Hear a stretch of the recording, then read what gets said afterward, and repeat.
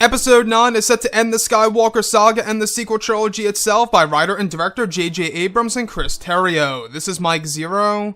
If you guys are new to the channel, do make sure to subscribe to see future Star Wars content. Now, we are just 10 months away from the official release of Episode 9, and with each day that passes by, we are getting closer to April 11th, the very first day of Star Wars Celebration, which is where we will see the official Star Wars Episode 9 trailer.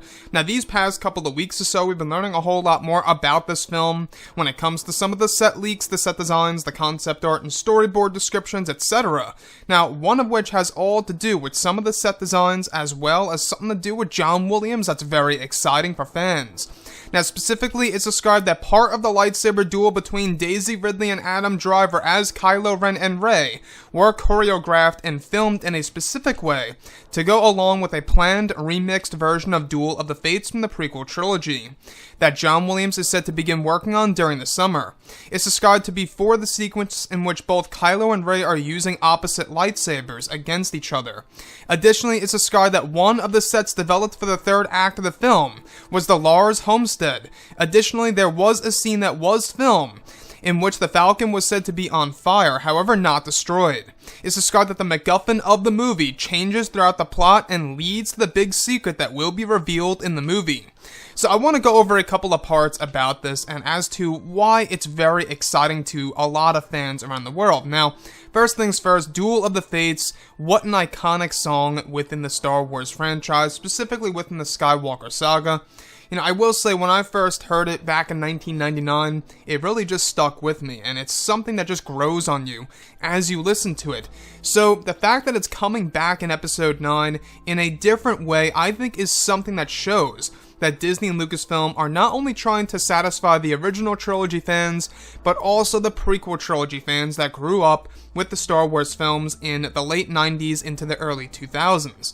So, looking at everything here, how it's actually set to go along with a part of the lightsaber duel between both, of course, Kylo Ren and Rey using opposite lightsabers, and this whole entire track is actually set to be done by John Williams by this summer. That's going to go along with this scene. Now, how long is the remixed version of Duel of the Fates going to go for? Not quite sure. It could be 30 seconds, it could be a minute for all we know, or it could be something very short, kind of like what we saw at the very end of Solo: A Star Wars Story when we heard it.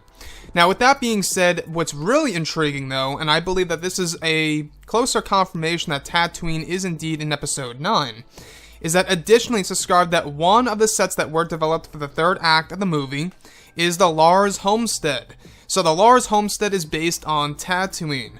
Now, you guys obviously have seen this in a lot of the Star Wars films in the past, and the Lars homestead is an iconic part of the Skywalker saga that is going to be making its way back into Episode 9. Now, this does line directly up with how the location over in Jordan, specifically Wadi Rum, one of the big filming locations for Episode 9, a total of 3 to 4 months worth of shooting over there, actually served as two different planets, most likely both Jakku and Tatooine in Episode 9.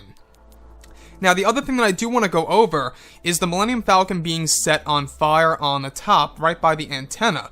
So, the Millennium Falcon being set on fire, I know this is going to worry some fans out there, though I don't believe they're actually going to fully destroy this thing, but it does line directly up with one of the concept art descriptions that we went over, I would say about a month or so ago, about the Falcon being shot down during one of the major space battle sequences in the second act of the movie, falling down on either the jungle world or the rocky world. So, this whole entire set piece that was actually set on fire, the Millennium Falcon, however not destroyed, also lines directly up with what we heard a couple of months ago about Rey repairing the Millennium Falcon for a scene.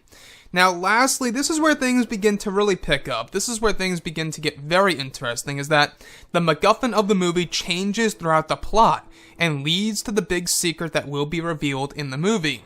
So the main secret, alright, is really going to change the Skywalker saga, and the MacGuffin, in case you guys have no idea what I'm talking about, the MacGuffin is basically a plot device. It's a device in order to move the plot forward. A great example of this is Luke Skywalker's lightsaber in The Force Awakens was the MacGuffin of the movie. You know, it's what basically move the characters of Rey and, Kylo Ren forward throughout the story and looking for Luke Skywalker. That was the MacGuffin. However, now in episode 9, the MacGuffin is going to change from start to finish of this movie that leads to the big secret at the very end of the film. So what is the MacGuffin? Is it a person? Is it a thing or an object? Is it a place? That's the big question for sure, and I think it's something that we will find out and can very well get clues of once that trailer drops during Star Wars Celebration of 2019. Anyways, guys, drop a comment below. Let me know what you think about all of this in the comments. And if you guys did enjoy the content for today, do make sure to drop a thumbs up on this video to support the channel. I thank you all so very much for the kind support, and I'll catch you guys next time.